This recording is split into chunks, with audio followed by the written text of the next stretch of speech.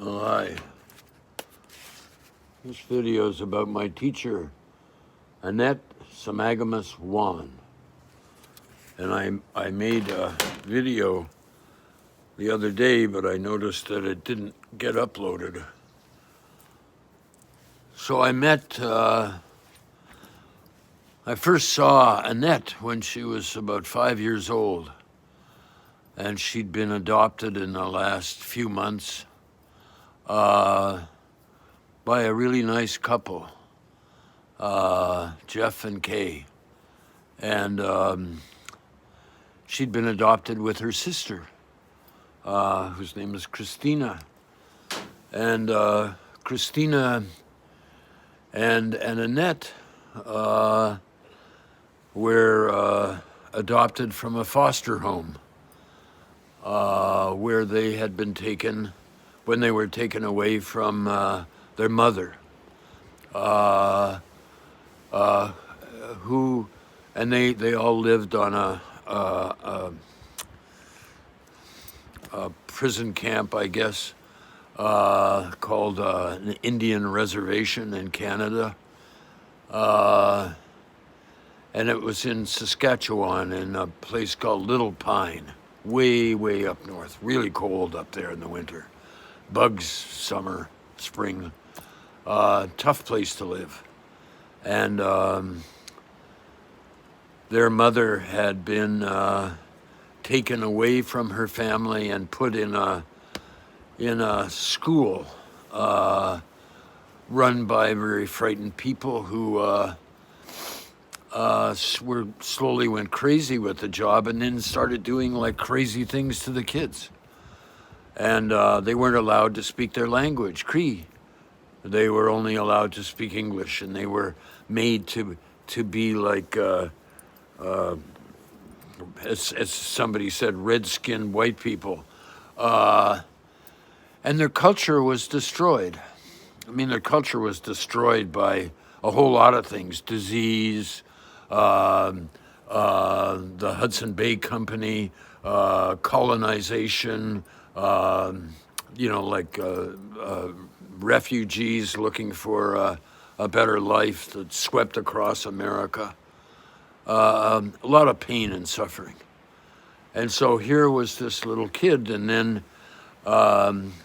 her adopted parents, they split up. And so I got to know their mother and became part of their lives. And they had three white brothers, and it was rough on the kids. I mean, to go through a divorce is really, or a separation even, is really rough on kids, especially sensitive kids. And so sensitive kids are feeling it all, and it's just like everything's crazy. I've seen kids go 2 and 3 years in school just getting over their parents separating and divorcing. And I've seen other kids just kind of lose it when their parents lost it and started fighting and being nasty to one another and not touching and not providing any relaxation for each other or for the kids. And I believe that until that kind of stuff is healed, most kids can't learn squat. So anyway, here was Annette, and she was feisty. Oh my God, she was feisty. I mean, she just and the adoptive parents had been told that, oh yeah, they didn't have any major trauma. Well, that turned out not to be the case. It was the exact opposite. They had trauma coming out the wazoo, and their ancestors had been traumatized. Their parents had been traumatized. Their father, Annette's father, died or was killed or something, and there was tons of just stuff that kids shouldn't be exposed to. And so to fast forward, they were put in a all-white school because it was a good school. And because there was a lot of inability to feel suffering and to empathize, to really empathize. I mean, empathize in your head, but not empathize like, oh my God, this kid has been through hell. And, is this the best thing for the kid? And so Annette's adopted mom and I, we ended up living together. And it ended up that her brothers went to live with the father because the girls were a handful. And Annette, when she was 13, she ran away from home. And she phoned up and said, I'm finished skating. She was with another friend of hers who was from another prison camp. I think that kid was Cree as well. And Annette said, I'm not coming home. I'm fine. I'm going on my own path, and I'll call you, when I get settled. But please don't try to look after me or to look out for me or try to find me. And so we panicked. The adults panicked, phoned up everybody we knew and divided up the whole city and said, can you wander around in this area and see if you can find her? And a friend of ours actually found her, Al Sumter. And Annette just took him on a wild goose chase up in valleys and garbage. It was like, really did a good job. And he didn't actually catch her. She got away. And about a week later, we got a call from the police force saying that Annette had been arrested, and she'd been breaking a lot of laws and putting herself at great harm and risk. And we appeared in court, and she was very gaudily dressed and very defiant. And she had a good, Canada has a good system of providing good lawyers for, lawyers for people who can't afford them, and public defenders. And so the public defender actually got Annette off, and Annette was able to go back to the streets. And then it was every week or every 2 weeks, we'd be back in court, another charge, usually getting a little worse and worse and worse. And she was learning all kinds of stuff while she was in detention from other kids. And eventually, after contacting the elders at the Little Pine Reserve, and they said, hey, listen, you adopted this kid, she's your problem now.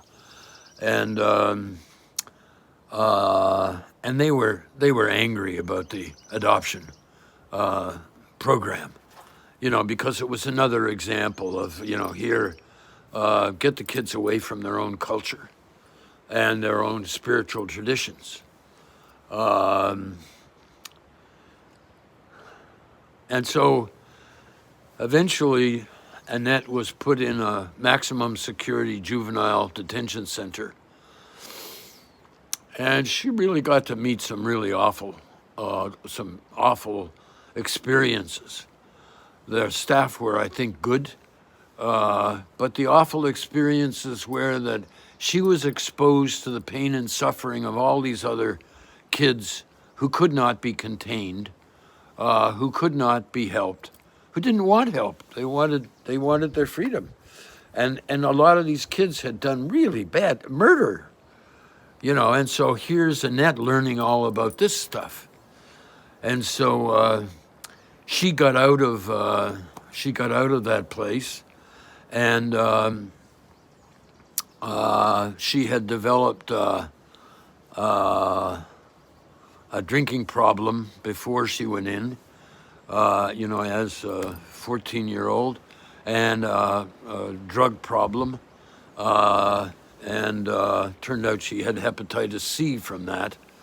And she got out and was trying to hold it together. They had her in a halfway house, but she came off the rails. And her sister lived in Vermont.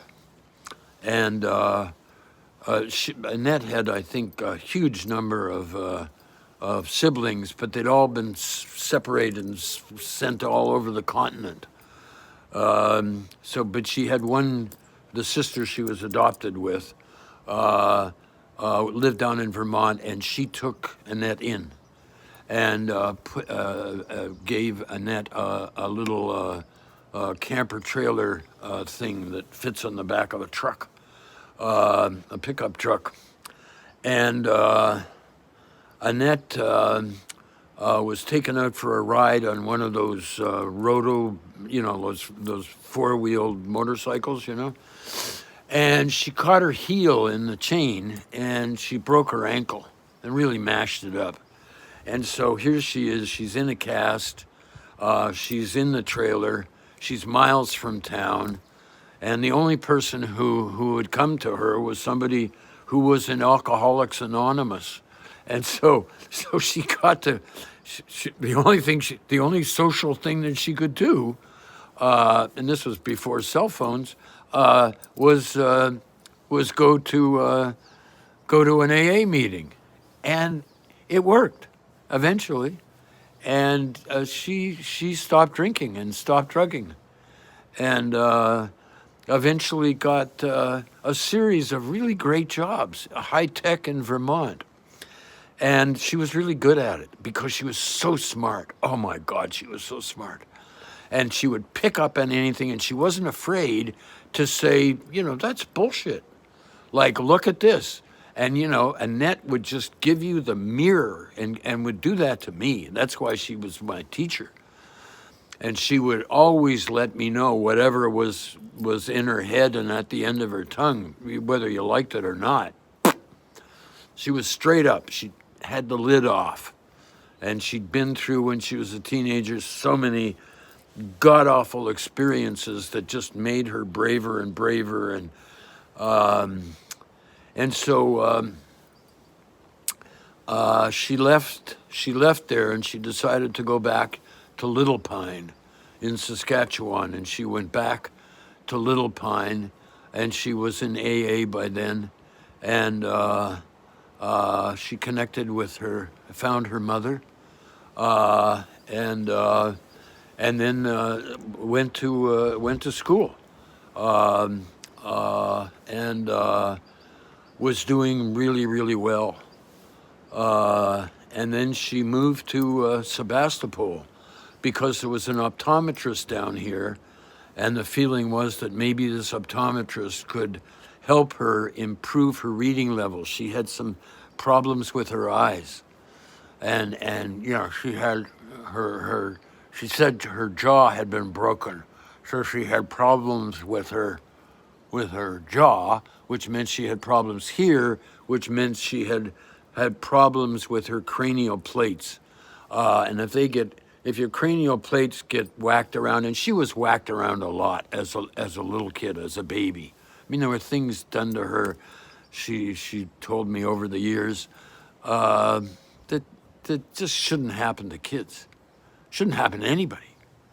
And it was all trauma, insensitivity caused by trauma, and selfishness caused by trauma. I mean, at one point, Annette and her brothers and sisters, who were still around, had been abandoned by their mother, and I'm sure not on purpose, just forgot the kids, or was too being traumatized to think about the kids. And here are the kids living in a canvas tent, like a summer tent thing, with poles going up like this, holding a tent up, and it had a stove in it. And these kids were fending for themselves.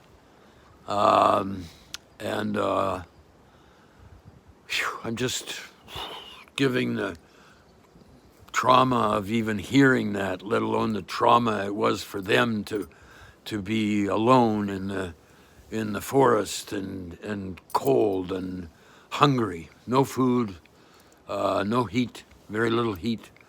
And so, Annette was a toughie. She was strong. She, as she told me, she said she'd been beaten so many times that, anybody could do anything to her and she wouldn't feel it. Or she knew how to just put it out. She knew how to beat people up too. And so she came down to Sebastopol, and the optometrist thing didn't work out. So she got a job in high tech down here. And it was great because she was living very close, and we would visit very often. And she got lonely and tried finding a partner who was in AA programs, and couldn't find one. And couldn't find one not because of men or women in AA programs, but her ability to trust and to receive love and to give love was really compromised. And she knew it. We would talk about it. And it wasn't, she knew it was her, but she was trying all kinds of stuff. And she was one of the important speakers in the AA circuit around this West County, Sonoma, and further. She was wickedly funny, and self-deprecating, and had forgiven herself, and she had worked the 12 steps meticulously. She'd made her amends. She'd done the fearless self-inquiries, and she'd helped out, and she'd been a sponsor, like a support person for many people trying to control their addictions. But unfortunately, when she was looking for a partner, she met some people who were drinking, and she started drinking again, and then she started drugging again. She tried to take the hepatitis, cure, and it was too brutal for her, and she couldn't. And so we got a phone call one night from the hospital, and asking if we were her next of kin, and we said, well, socially, but we'll put you in touch with her mother, her adoptive mother. I didn't know her birth mother, and her body went she went septic, and she was in a heavy quarantine area, and her adoptive mother came and was with her, and I was with her, with Annette when she died as well. And it was phenomenally painful. And her spirit still comes to me and teaches me things and tells me things and picks me up on stuff. She's like Jiminy Cricket sometimes, like, hey, you're not walking your talk, And she was very influenced by Native culture all over, and became good friends with my friend and teacher, healer, pal Lauren Smith. And I miss Annette a lot. And Annette is in my heart and always will be. She is part of my consciousness. She helped me get over myself. And I'm very sorry for some of the things that I did that hurt her. I didn't get who she was. I didn't get the full impact of the traumas that she had experienced. I was afraid of her pain. So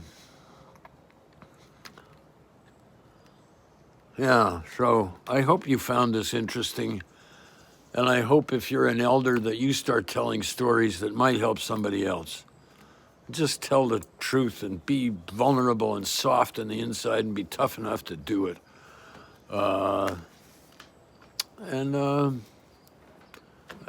We all have had major teachers and major epiphanies, and we've done things we are ashamed of, and we've done things that we feel good about. And so I can assure you, if you look up a reference to a woman by the name of Lori Santos, and she teaches at Yale University, and she's got some great ideas on how to be happy. And this, one of the things she says is write letters of gratitude. So this video is gratitude to Annette Samagamus Whan, and gratitude to her birth mother, and gratitude to her adoptive mother, and her adoptive father, and her adoptive, or her birth father. And all of us, just like you, we're all doing the best we can every day. It may not be very good, but that's our best shot for that day. And so do your best, and Costco, keep on staying calm, carrying on. So thanks for watching and giving me some opportunity to say thanks to Annette. Okay, bye.